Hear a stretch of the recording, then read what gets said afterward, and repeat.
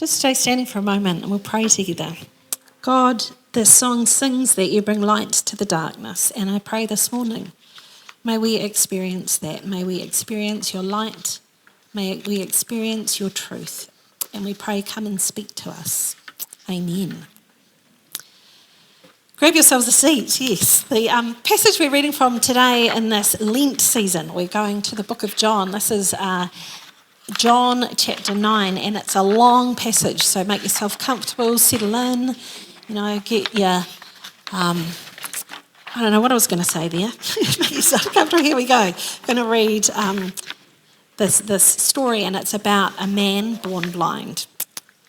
As Jesus was walking along, he saw a man who'd been blind from birth. Rabbi, his disciples asked, why was this man born blind? Was it because of his own sins or his parents' sins? It was not because of his sins or his parents' sins, Jesus answered. This could happen so that the power of God could be seen in him. We must quickly carry out the tasks assigned us by the one who sent us. The night is coming, and then no one can work. But while I am here in the world, I am the light of the world. And then he spit on the ground, made mud with the saliva, and spread the mud over the blind man's eyes. He told him, go wash yourself in the pool of Siloam. Siloam means sent. So the man went and washed and came back seeing. His neighbours and others who knew him as a blind beggar asked each other, isn't this the man who used to sit and beg? Some said he was, and others said no, he just looks like him. But the beggar kept saying, yes, I am the same one. I asked, who healed you? What happened? He told them, the man they called Jesus made mud and spread it over my eyes and told me, go to the pool of Siloam and wash yourself. So I went and washed, and now I can see. Where is he now? They asked. I don't know, he replied. Then they took the man who had been blind to the Pharisees, because it was on the Sabbath that Jesus had made mud and healed him. The Pharisees asked the man all about it, so he told them, he put mud over my eyes, and when I washed it away, I could see. Some of the Pharisees said, this man, Jesus, is not from God, for he is working on the Sabbath. Others said, but how could an ordinary sinner do such miraculous signs? So there was deep division of opinion among them. Then the Pharisees again questioned the man who was blind and demanded, what is your opinion about this man who healed you? The man replied, I think he must be a prophet. The Jewish leaders still refused to believe that the man had been blind and could now see, so they called in his parents. They asked them, is this your son? Was he born blind? If so, how can he see? How can he now see? His parents replied, we know this is our son and that he was born blind, but we don't know how he can see or who healed him. Ask him. He's old enough to speak for himself. His parents said this because they were afraid of the Jewish leaders who had announced that anyone saying Jesus was the Messiah would be expelled from the synagogue. That's why they said, he's old enough, ask him. So for the second time they called in the man who had been blind and told him, God should get the glory for this because we know this man Jesus is a sinner. I don't know whether he is a sinner, the man replied, but I know this. I was blind and now I can see. But what did he do, they asked. How did he heal you? Look, the man exclaimed, I told you once, didn't you listen? Why do you want to hear it again? Do you want to become his disciples too? Then they cursed him and said, you are his disciple, but we are disciples of Moses. We know God spoke to Moses, but we don't even know where this man comes from. Why, that's very strange, the man replied. He healed my eyes, and yet you don't know where he comes from. We know that God doesn't listen to sinners, but he is ready to hear those who worship him and do his will. Ever since the world began, no one has been able to open the eyes of someone born blind. If this man were not from God, he couldn't have done it. You were born a total sinner, they answered. Are you trying to teach us? And they threw him out of the synagogue. When Jesus heard what had happened, he found the man and asked, do you believe in the Son of Man? And the man answered, who is he, sir? I want to believe in him. You have seen him, Jesus said, and he is speaking to you. Yes, Lord, I believe, the man said, and he worshipped Jesus. Then Jesus told him, I entered this world to render judgment, to give sight to the blind, and to show those who think they see that they are blind. Some Pharisees who were standing nearby heard him and asked, are you saying we're blind? If you were blind, you wouldn't be guilty, Jesus replied. But you remain guilty because you claim you can see. Here's this incredible passage where Jesus is going to undo expectations. Who can see? Who can't see? This amazing thing they've all witnessed. We know this man was blind and now he's not blind. And then the Pharisees, we think we know everything, and Jesus saying, you are blind. So last week we had Scotty Young preaching to us here, and he used a title for his message. I don't usually do that, but today I'm like, why not? And so here we go. Today I'm going to talk about "'Twas blind, but now I see." And I want to kind of set the scene here. I think we all come with preconceptions, how we see the world, and that can sometimes make us blind to a different reality, a spiritual reality, God's reality at work in the world. And to illustrate this, I'm going to start with kind of a bit of relaxing, a little bit lighthearted, guess what is true and what isn't. And what we're going to do is we're going to have a look at some videos, and you are going to decide, are they AI or are they not? Are they true or are they false? Can you see or are you blind? Let's see how we go here. So Tim, do you know where they are? You're good to go. Let's watch the first one.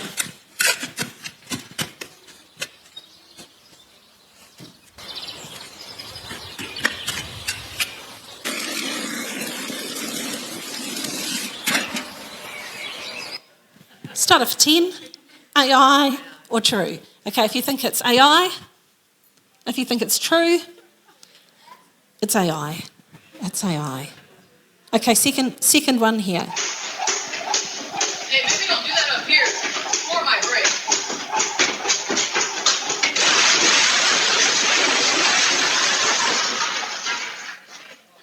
See, I told you this would happen. True or false? Let's see if you think it's true. If you think it's AI, it is AI. Correct there. Okay, how about this next one though? Come on, I got you. Easy. You're safe now. Up you go. Sit on my line. I got you. Here you go. Hang tight. Go, go, go. Is it true or is it AI? Who thinks it's true? Who thinks it's AI? Split down the middle. This one is harder to tell. The reason you can pick it as AI is because this is a fun genre that people who make AI videos like to do all the time. Forest fire, deer, foal, person rescuing them. If you Google that, you'll find lots and lots of videos that all look almost exactly like this. This one's better. The one I was trying to find to show you that the deer morphs and becomes the man. So that one was a bit more obvious. This one's a bit trickier. Okay, and here's our last one. Is this true or AI?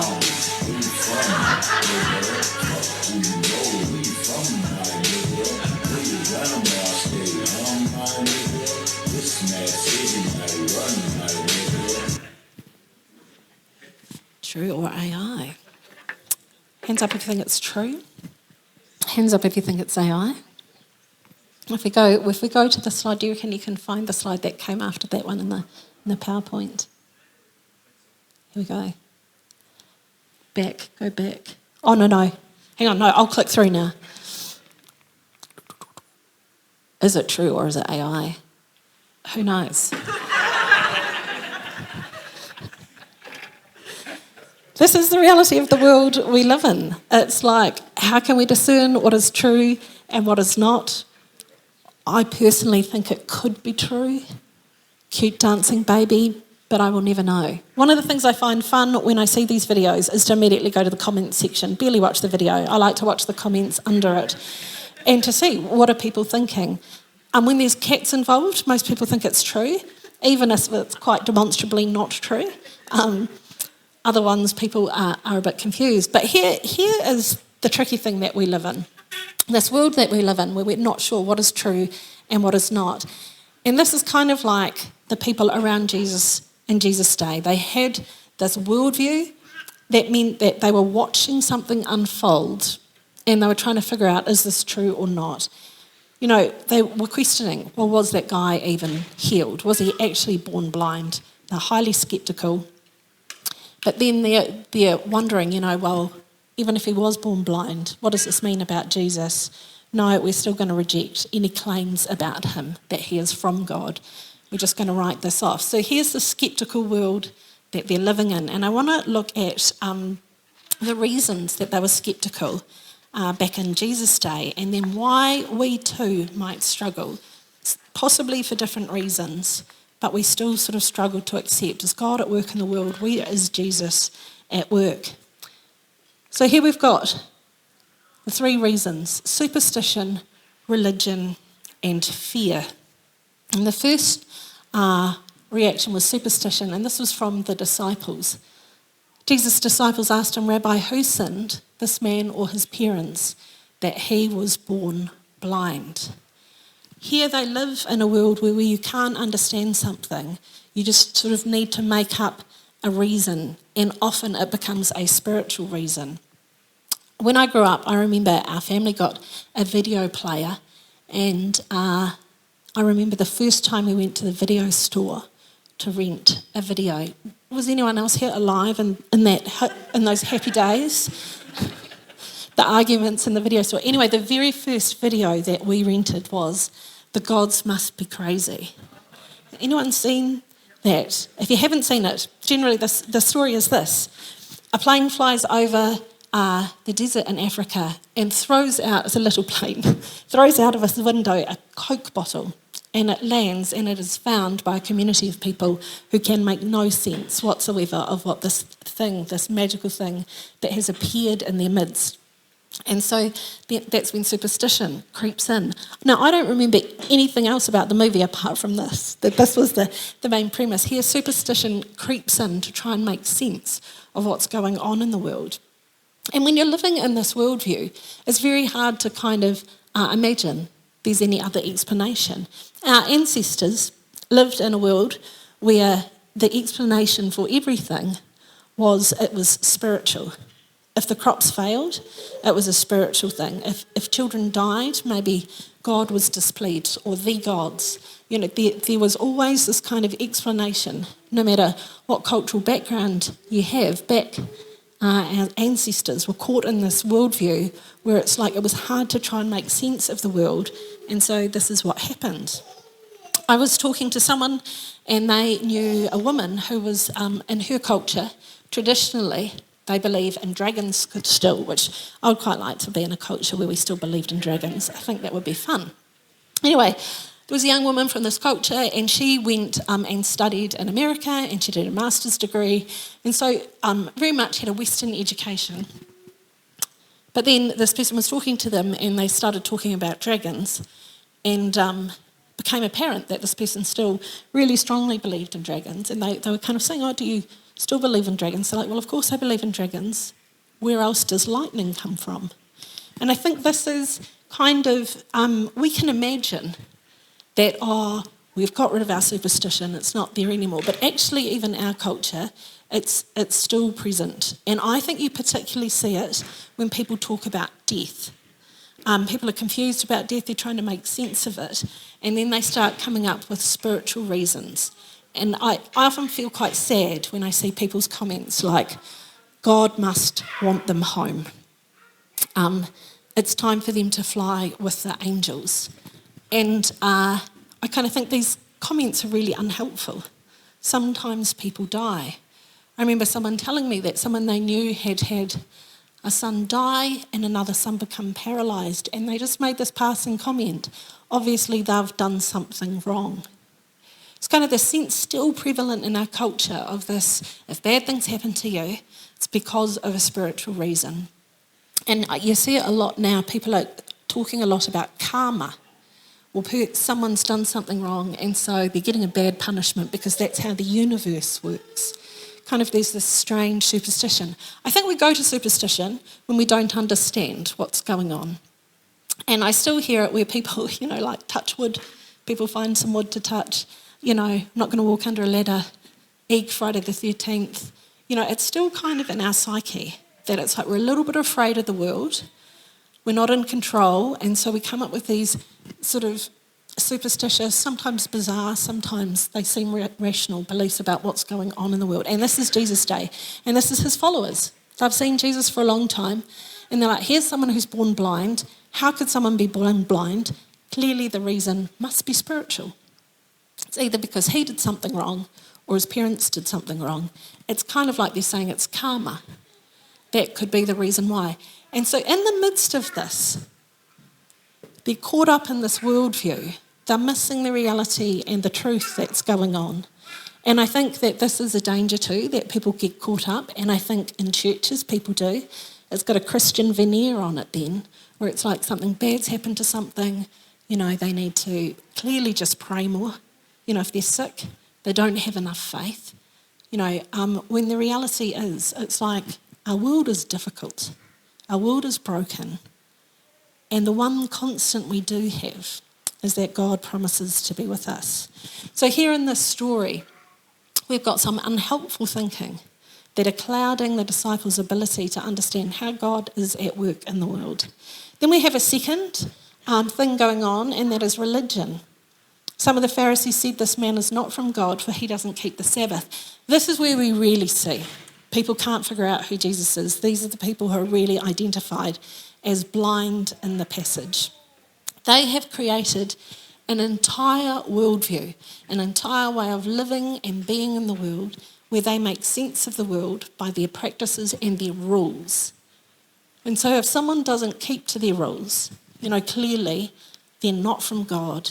God can't be at work. There's actually something wrong. I remember really thinking like this and struggling with this. I had grown up in a Baptist church, and I don't know where I had got it, but I had the sense that there were some churches where God was less present if he was present at all. And I remember being invited to the cathedral for the very first time to a service, and I got there and I was super uncomfortable because I didn't understand liturgy and how it works at all. And so you get a booklet and you're reading through it, and it was high anxiety for me. I could see it was beautiful. They had a choir, but I still was quite caught in this thinking that it's beautiful, but it's all just meaningless ritual, and God is more present in my style of church. And then it came time for communion. So I'm like, okay, I'll go up, I'll take communion. I went up, I got communion and I took it, and I just immediately felt like quite a change come over my body, this deep sense of peace and this deep sense that I was encountering God in that moment. And the rest of the week, I could not wait to go back to the cathedral, to the service there. And then I became an Anglican because it's the true church. But that was the beginning for me of this process of realising I've got all these assumptions about where God is at work in the world that actually clouds my ability to see where can I find God. And this was true back in Jesus' day. It can be true today that we cloud ourselves with our rules. And if someone's not keeping our rules, or if they're not doing it the way we imagine it should be done, well then God is not at work there. And I think this happens a lot, like we see someone out there doing something, they're saying, God's at work, and we're really sceptical. Oh, really? I'm not so sure. So this was going on in Jesus' day. It still happens a bit today. And the last one is fear. His parents, this is the man born blind, were afraid of the Jewish leaders who had already decided that anyone who acknowledged that Jesus was the Messiah would be put out of the synagogue. They could see the most incredible thing. I think, imagine as a parent, you've got a child who was born blind and suddenly they can see. I can't imagine anything more beautiful to watch. If that was me, I'd be like, I'm in, like whatever you're saying, guy who healed my son, I'm there. Here they are, full of fear. What will happen if they acknowledge that something incredible has happened? What will happen if they put their hand up and say, you know what, we're actually going to follow this Jesus guy? They're fearful of the surrounding people. They're fearful of the people in power in their community. And so they back off and they can't make a commitment. So that was what was happening in Jesus' day. Here are people who are blind to the goodness of God at work within them, who are making excuses not to believe, not to follow. And I think in our day and age, we have the same, probably slightly different.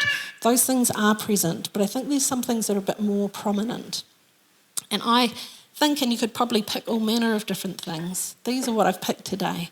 Busyness, preconceived ideas, and I think fear is constant. With busyness, I've talked about this a bit before. There's just so many studies that say we are so filled and pressured in our calendars and our schedules that there isn't actually particularly time to notice what's going on, to hear the voice of God, to see the invitation that God might be saying. We don't have silence, we don't have stillness, we just have this constant noise. And this is something I struggle with. I love to find out the latest news, the latest what's going on, to see stupid AI videos, to read people's comments, to hear where's the mood of the nation, to Google what's the latest political poll. There's just a lot going on in my head at any one time. It's like this busy city up there. And in that, how do I have enough time really to notice what God is doing? Am I really stilling myself right down so I can hear what Jesus might be saying? I have those moments where I do. Are they long enough? No. Because there's so much other stuff going on. I think this is a struggle in our world. Just like superstition shaped the imaginations of the people in Jesus' day, our imaginations are shaped and filled with noise. That this is normal, that, all we have to do is distract ourselves. The second thing is preconceived ideas. Religion was the worldview in Jesus' day. It explained everything. From the moment you were born until you died, it was shaped by religion. Our culture isn't like that. For most people, they're not thinking of a religious way of understanding the world. However, we still have a really dominant worldview in our culture. And just like religion was the water they swam in back then and they wouldn't have noticed it, we too, the air we breathe, the water we swim in, we don't notice it, we don't name it. But we are very strongly shaped in our culture by economic concerns, by capitalism, by consumerism, by the sense that the good life isn't about being religious and keeping rules, it's about being successful and making money. If you think, who are people's poster boys for our culture, the hero worship? Who is it? It's not religious leaders. I don't think many people have got a picture of the Pope on their wall anymore. But they might have a picture in their imagination of Elon Musk or Jeff Bezos or any of these incredibly wealthy people, that this is the dream. Imagine having $1 trillion. Wouldn't that be incredible? So here we have, maybe not that extreme, but still this idea shaping us, that what it means to be a good human, that what it means to live a rich life is about money. It is about stuff. It is about the possessions. And this is the ideas shaping us. And in the midst of it, then that becomes incredibly difficult to actually see a different way of being in the world. I often encounter parents who are talking about, their hopes and dreams for their children. I can tell you, no one's hope and dream for their child that I've ever encountered is that they grow up and become a vicar. Much less the worst thing you could possibly do when you grow up is to become a missionary. And I've seen that in very devout people who would say they're probably, really devoted to religion, to Jesus, and then their child's like, I'm going to go overseas and serve the Lord, and their parents are like, oh no, this is a disaster. How could I have prevented this? Go to a support group. Oh, this is a terrible thing that has happened. But this is the worldview we live in. How can we see God at work? How can we hear his invitation? Where might he be calling us? If we're so filled in our imagination that this is what it means to be human, anything outside of that is going to be very tricky. Where's the miracle going to be? We're too busy painting our fence. And finally, fear. And this is what I've just touched on then, this sense that what will other people think of me? I remember knowing a really interesting couple. They went to the church that I grew up in, and they turned up there and they heard a sermon on Jesus' heart for the poor, and they said, this is a communist church, and they left. But probably like me with the Anglicans, they found themselves strangely drawn back. And they came, and he worked in currency trading and was very wealthy and lived on a large house on the hill. And over time, he felt quite challenged by that. And then him and his wife made a decision, and they sold their big house on the hill, and they moved to quite a modest house because they felt challenged. What could we be doing with our money? And I mean, what a crazy thing to do. I don't think anyone would have looked at that and said, well, that's a sensible, rational decision. And I think often we don't do these things because, like, what will people think of us? I feel that and struggle, like consciously. I haven't gone after a big house, but sometimes I feel like I need to explain to people why, as a side for just enjoying, like actually I've made this conscious decision and it's fine. Here we have the fear. What will people think of us? People will think I'm not successful. How's that going to look? We are in this soup, struggling.